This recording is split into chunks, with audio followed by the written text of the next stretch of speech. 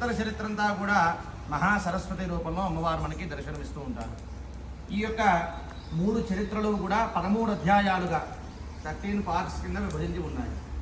ఒక్కొక్క అధ్యాయంలో అమ్మవారు ఒక్కొక్క రూపంలో అవతరించి చెడునంతా కూడా సంహారం చేయడం జరిగింది. అందుకనే ఈ యొక్క హోమాన్ని చండీ హోమము అంటారు. అంటే చెడునంతా నివారణ చేసే అమ్మవారే ఈ యొక్క చండీ అమ్మవారు.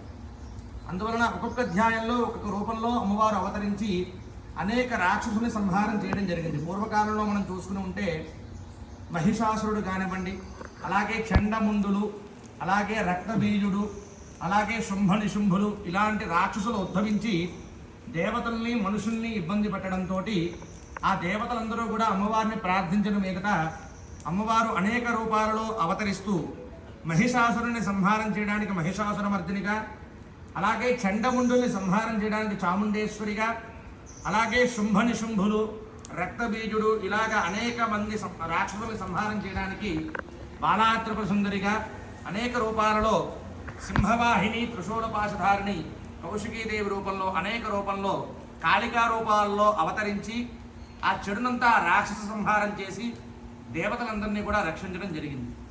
అందువలన ఈ యొక్క కలియుగంలో కలౌ చండీ వినాయక అంటే ఈ యొక్క కలియుగంలో గణపతి హోమం కానీ చండీ హోమం కానీ చేసుకుంటే విశేషమైన ఫలితం వస్తుంది మన శాస్త్రంలో చెప్పబడింది.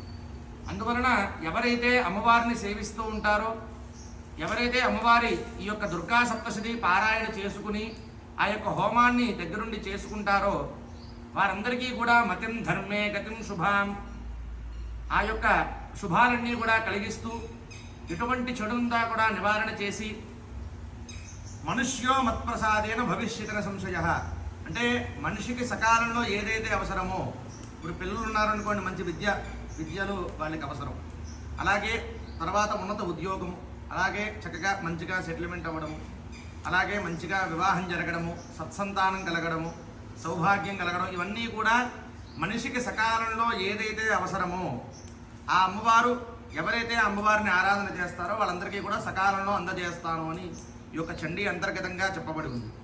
అలాగే సర్వబాధ ప్రశమనం త్రైలోక్యస్యాఖిలేశ్వరి అంటే ఏ మనిషికైనా కొంతమందికి చెప్పుకునే బాధలు ఉంటాయి, కొన్ని చెప్పుకోలేని బాధలు ఉంటాయి.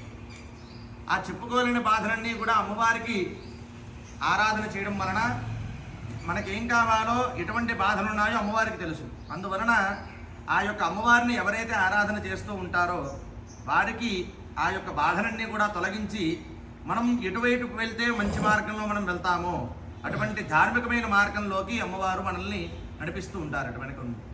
అందువలన చక్కగా ఈ యొక్క మనం పొద్దునుంచి కూడా గణపతి పూజ చేసుకుని చక్కగా మండపారాధన అమ్మవారిని, నవదుర్గల్ని అందరినీ కూడా ఆవాహన చేసుకుని ఆ మహాకాళి, మహాలక్ష్మి, మహాసరస్వతి దేవతల్ని అలాగే చండీ అమ్మవారిని ఆరాధన చేసుకుని అభిషేకం చేసుకుని కుంకుమార్చన చేసుకుని ఇప్పుడు చక్కగా చండీ హోమాన్ని మనం ప్రారంభం చేస్తున్నాము.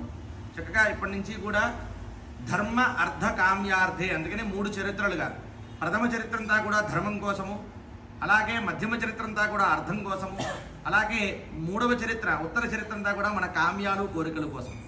అందుకనే ఈ యొక్క 3 చరిత్రలు ఎవరైతే పారాయణ చేసుకుని హోమాన్ని ఆచరిస్తారో ధర్మార్థ కామ్య మోక్షాలన్నీ కూడా కలుగుతాయి అని ఈ యొక్క చండీ అంతర్గతంగా చెప్పబడింది. అందువలన ఇప్పుడు ప్రథమ చరిత్ర ప్రారంభమవుతోంది. ఇదంతా కూడా ధర్మం కోసం చేసేది. అందువలన ఆ యొక్క మహాకాళి రూపంలో మనకు దర్శనమిస్తారు. నమస్కారం చేసుకోండి. ఓం ఐం హ్రీం శ్రీం శ్రీమాత్రే నమః. ఈ యొక్క